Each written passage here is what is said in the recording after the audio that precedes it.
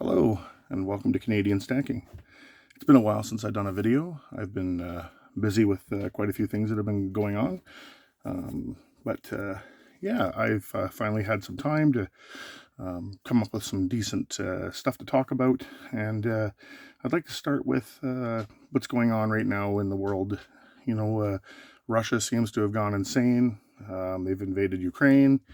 The West is sanctioning, and well, it's getting kind of scary. And if you look at it from a viewpoint of, the world's currency system is currently dying, you can pretty much see what's going on. The United States of America, after Russia invaded, basically took away Russia's ability to buy commodities, trade commodities, pay its debt. They took their money. Everybody knows that. And everybody also knows that when that happened, the ruble crashed. But Russia did a soft backing of its currency of 5,000 rubles to a gram of gold. And basically, just about everything that the ruble has lost has come back. And it's coming to light now that Russia, China, and Iran, and the BRICS nations are now openly targeting the American dollar. And, well, the Americans and the West have targeted Russia. So my suggestion to everyone, because food's going to get very costly, everything's going to inflate. I think it's going to be faster than we all anticipate. I think that we all need to get our houses in order. So if you've got credit card bills, if you've got property that's got mortgages on it that you can clear, if you've got assets that you're making payments on, if you've got stuff that you've been sitting on and thinking about selling, now might be the time to consider selling. Myself, for example, I made a couple of small purchases to protect myself. I've been stacking and stocking and prepping for a few years now. And Michael Maloney actually is the one that got me started on my path. And then I found Yankee Stacking Silver Dragons and this community that I'm part of, and I am very thankful for it. I've also found other people like Loretta Zhang and the Bond King, etc. Johnny Bravo. They all have their great things. Heresy Financial, Michael Invests. And I've been taking everything they've been saying and I've been putting it up in the brain pan. Same thing with Canadian Prepper. I've been watching his channel too, and I've come to the belief that we need to be fully prepared now. You need to have your food, water, shelter, fuel, heat, all those things prepped. I firmly believe that if you live in an area where you can have a second heat source, I think you should be picking that up now, because we could have something happen, the lights go out, and then you have no heat come next winter. I strongly think that you should be looking at selling things that aren't quite so important to yourself, like that extra maybe snow machine or that extra ATV that you've got lying around, and you should maybe convert that over into maybe some solar panels. Perhaps you should convert it over into maybe an airtight wood stove and a simple kit that you could put through a window in your home, so that if your power goes out, you got like 3 or 4 face cord of firewood sitting in your backyard as a prep, underneath a tarp, some simple things that you can do. I really think you should be doing it right now. Myself, I came to a pretty large incident that happened in my life. I went out and I made a major purchase on silver, and it's the largest one that I've ever done in my time of buying in an individual purchase for silver. And I found that the system, when I normally purchase, was much quicker than how I purchased it this time. I purchased through an online bank and TD Precious Metals, and I made the purchase. And I normally purchase through TD Precious Metals or Silver Gold Bull or SD Bullion, like some of the major companies, SilverTown.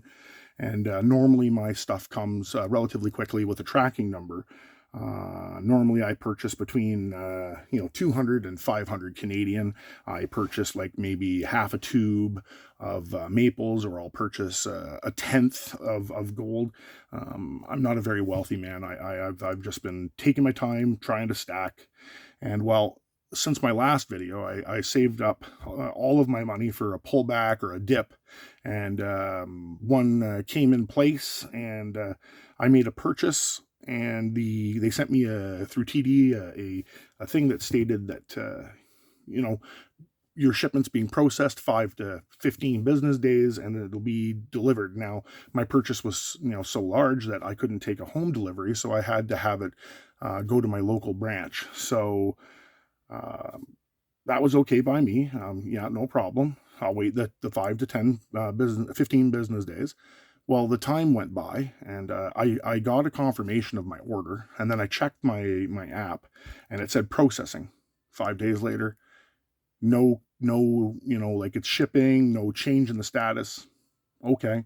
10 days later, nothing. And I was like, okay. So I started making phone calls to TD Precious Metals. I left voicemails. I sent an email.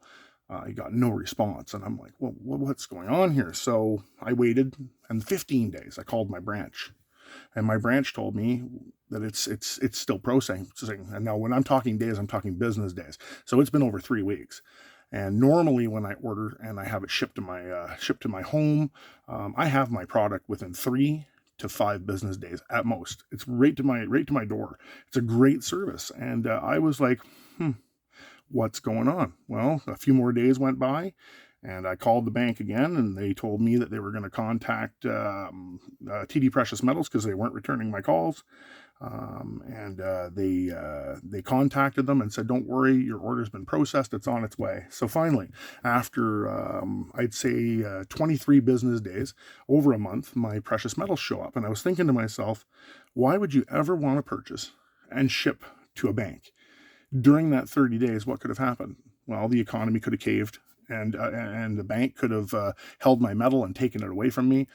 And I came to the understanding that sometimes making larger purchases, even though you save, may not be the best idea to do it all in one shot. Because if let's say that moment in history appeared, I could have been without a huge amount of my fiat currency or without my precious metals that I ordered.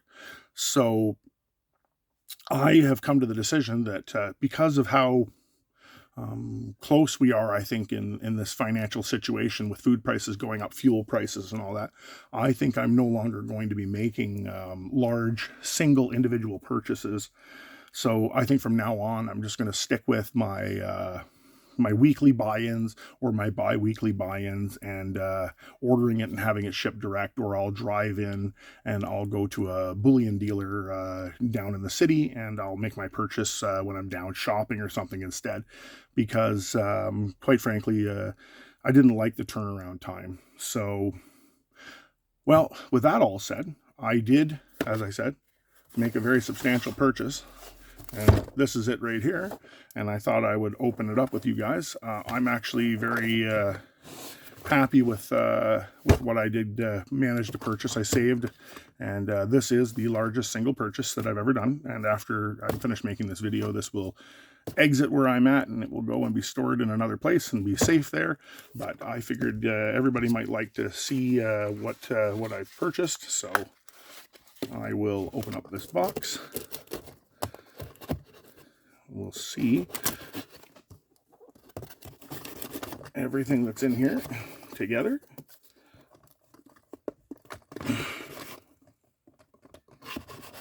I think that's got it.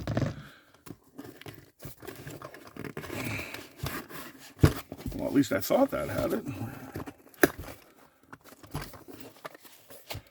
Oh, it's still taped on the sides, I think. Right there. There we go. So I purchased 1, 2, 3, 4, 5 tubes of basically just a generic round. So as I said, I purchased from TD.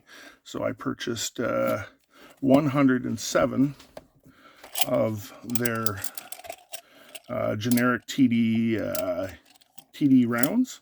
I got them for a really good deal. There was a pretty big pullback that day, and I believe it pulled back over $1 Canadian, which was quite impressive. So it allowed me to make a larger purchase by 3 ounces than I would have been able to.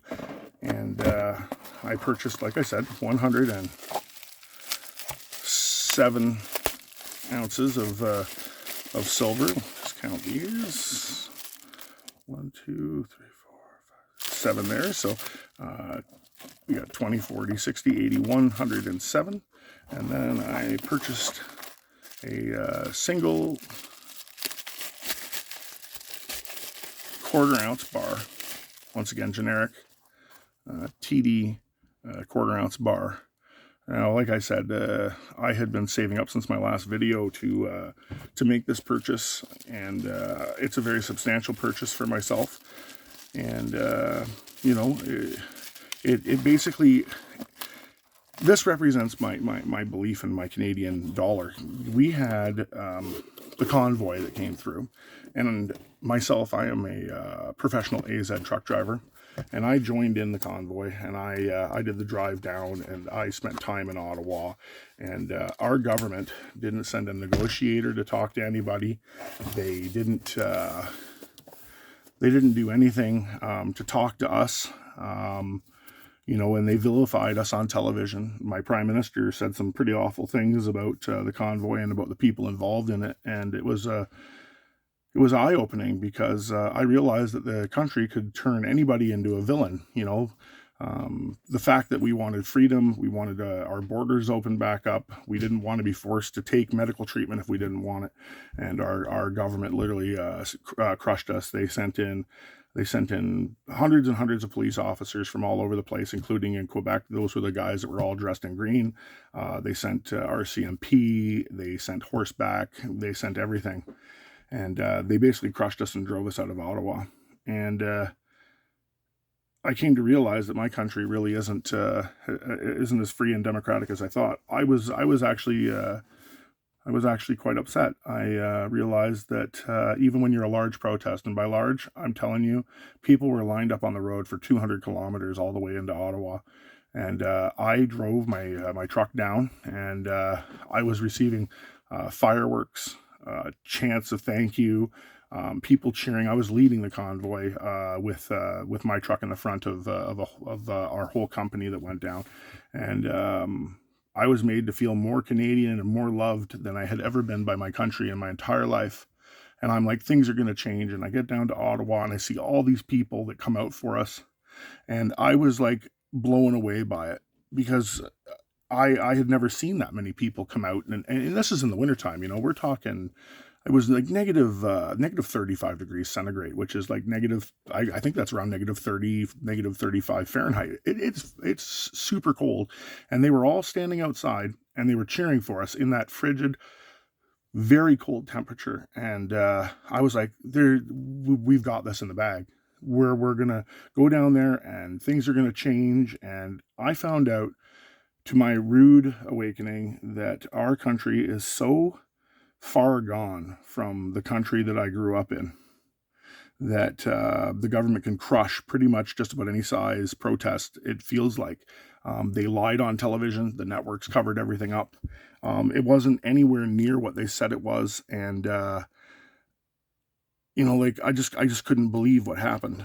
Now I'm at home now, and you know, I never partook in anything that was in anything other than peaceful, and I basically went home when I was told to go home.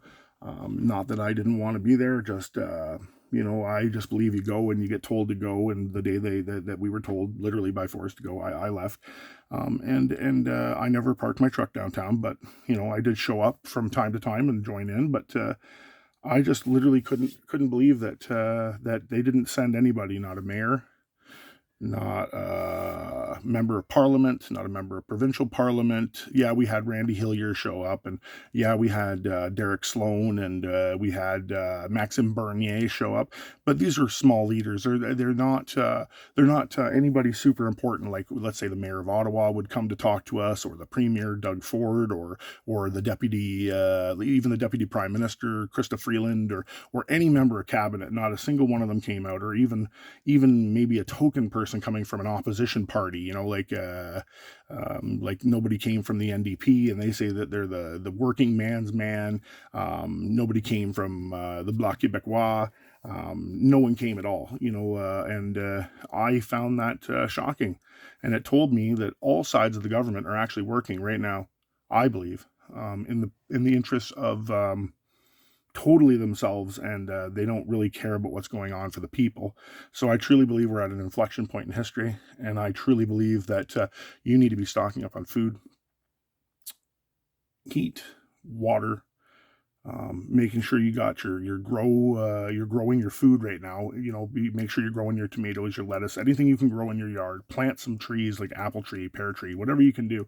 I think this is your last summer that you get to prep. I think after the summer, I think things are going to get real. Russia's going to shut off the gas to Europe. That's going to make Europe miserable.